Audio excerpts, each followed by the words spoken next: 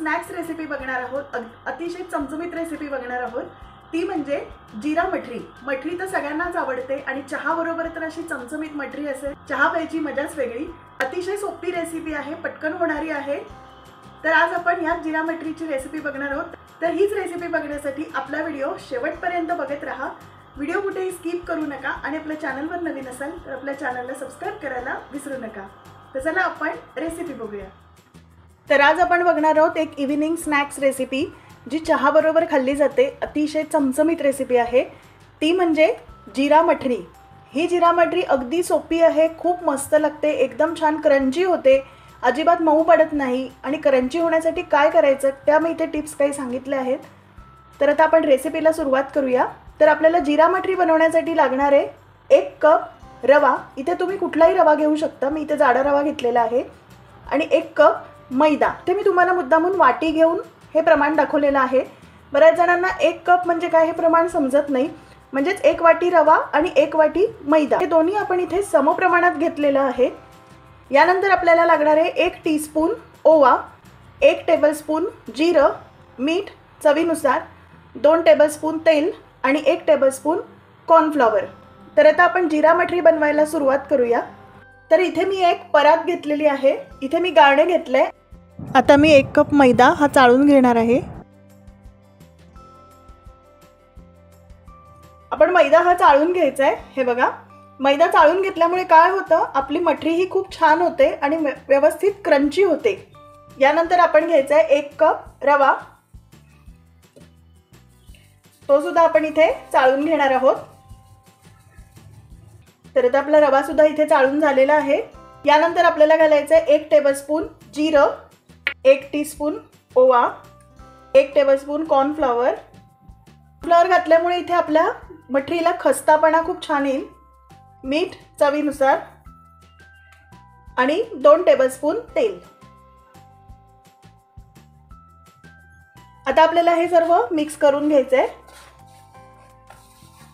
व्यवस्थित तेल असं मैदा आणि रव्याला छान असं लागलं गेलं पाहिजे। रव्यामुळे सुद्धा याला छान असा क्रंचीपणा येतो। असं छान असं चोळून घ्यायचं आहे, म्हणजे आपली मठरी सुद्धा छान अशी खस्ता बनेल। तर आता आपण हे सर्व मैद्याला असं चोळून झालेलं आहे। आता आपल्याला थोडं थोडं पाणी घालून हे मध्यम भिजवायचं आहे, अजिबात घट्ट भिजवायचं नाहीये आणि अजिबात सैल सुद्धा भिजवायचं नाहीये। काय आहे, रवा जो आहे तो नंतर फुलतो, त्यामुळे ते घट्ट होईल। त्यामुळे आपल्याला मध्यम भिजवायचं आहे, घट्टही नाही आणि सैलही नाही।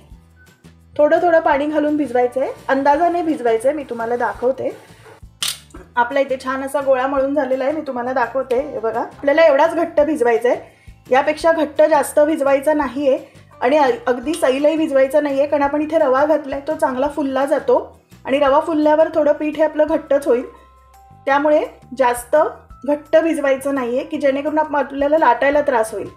तर आता आपण हे 15 मिनिटं असंच झाकून ठेवायचं आहे आणि मग याची मठरी बनवायला सुरुवात करायची। तर आता आपण हे 15 मिनिटं असंच झाकून ठेवूया। तर आता आपली इथे 15 मिनिटं झालेली आहेत। आपण आता हे झाकण काढूया।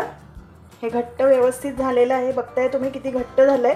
आपण किती मध्यम मळलेलं, आता हे आपलं व्यवस्थित घट्ट झालंय। तर आता आपण हे एकदा परत मळून घेऊया, म्हणजे ते थोडंसं हलकंसं लूज होईल। रवा भिजला जातो त्यामुळे ते खूप घट्ट होतं।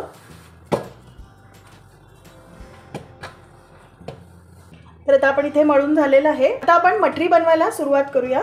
तर आता मी इथे एक गोळा घेतलाय।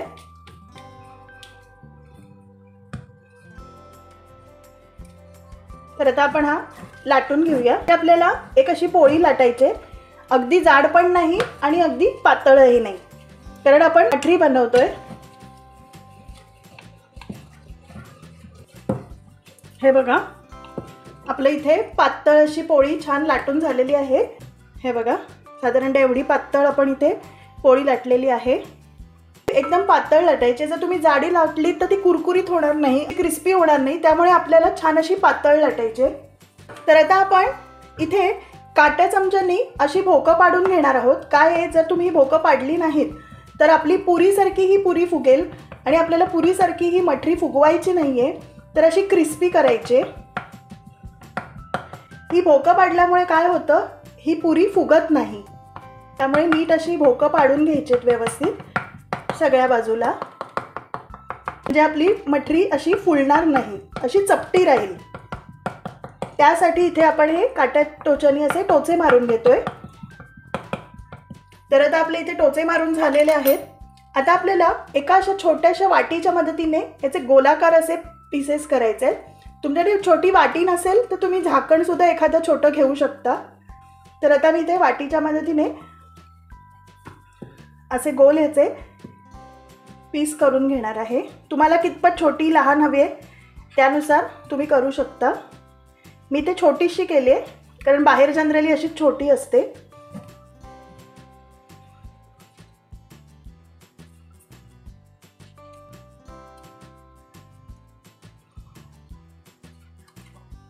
असं आपण गोलाकार इथे इथे इथे सुद्धा एक छोटीशी आपली मठरी होईल अजून। अशा प्रकारे आपण इथे गोलाकार हे केलेला आहे। आता आपण हे जे बाजूचा जो भाग आहे हा पूर्ण काढून घेणार आहोत। आपल्याला तो नको इथे।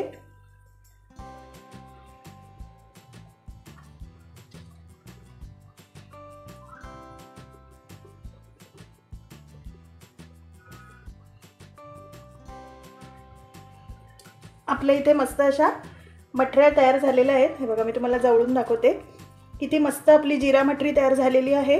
आता आपण ही तळ्याला घेऊया। मी एकीकडे तेल तापत ठेवलेलं आहे, आपलं तेल सुद्धा चांगलं तापलेलं आहे। तर आता आपण ही जिरा मठरी तळायला सुरुवात करूया। तर आता आपलं तेल चांगलं तापलेलं आहे। आता आपल्याला एक एक मठरी अशी सोडायची आहे।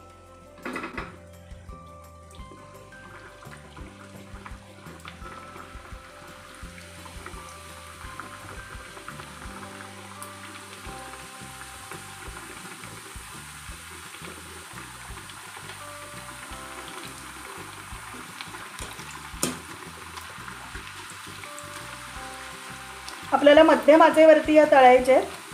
कसं गोल्डन करायचं आहे आपल्याला। मस्त लागतात या, अगदी खुसखुशीत होतात या छान। आपण इथे जे कॉर्नफ्लॉवर घातलंय आणि जो रवा घातलाय त्यामुळे आपली मठरी ही छान अशी खुसखुशीत होते आणि छान राहते। फक्त या ज्या मठरी आहेत या हवाबंद डब्यामध्ये लगेच थंड झाल्यावरती भरून ठेवायच्या। जर तुम्ही अशाच ठेवल्यात तर त्या लगेच मऊ पडू शकतात।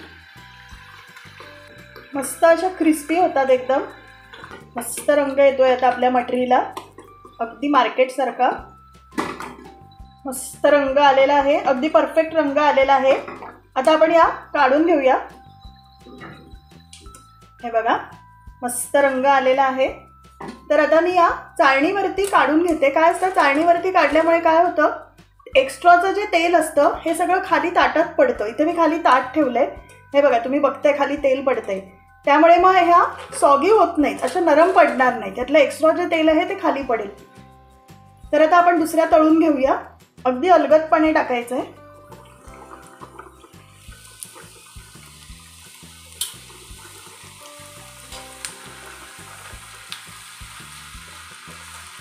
आता तेल सुद्धा आपलं तापलेलं आहे, त्यामुळे हलकासा गॅस मी हा कमी केलाय। सुरुवातीच्या बी ज्या तळल्या त्या मध्यम आचेवर तळल्या, पण आता तेल आपलं चांगलंच तापलेलं आहे त्यामुळे गॅसची फ्लेम ही थोडीशी मी लहान केली आहे। मस्त हलकासा गोल्डन कलर आलेला आहे। यापेक्षा जास्त तळायचं नाही आहे, नाहीतर मग त्या जळू शकतात।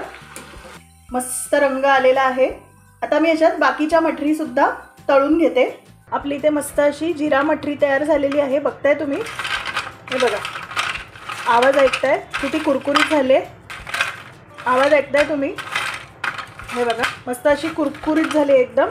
ही मठरी मस्त लागते, एकदम सोपी आहे, पटकन होणारी आहे। फक्त ही मठरी थंड झाल्यावरती हवाबंद डब्यामध्ये भरून ठेवा। जर तुम्ही भरून नाही ठेवलं तर ती मऊ पडू शकते आणि मग चांगली लागणार नाही। त्यामुळे थंड झाल्यावरती ही घट्ट झाकणाच्या बरणीमध्ये भरून ठेवून द्यायची आपल्याला। तर मी एक मठरी तुम्हाला जवळून दाखवते आपली किती क्रिस्पी झाले। हे बघा बघताय तुम्ही, याचा रंगसुद्धा बघताय किती मस्त आला आहे आणि एकदम अशी कुरकुरीत झाली। पण मी तुम्हाला आवाज दाखवते आपली किती कुरकुरीत झाले। हे बघा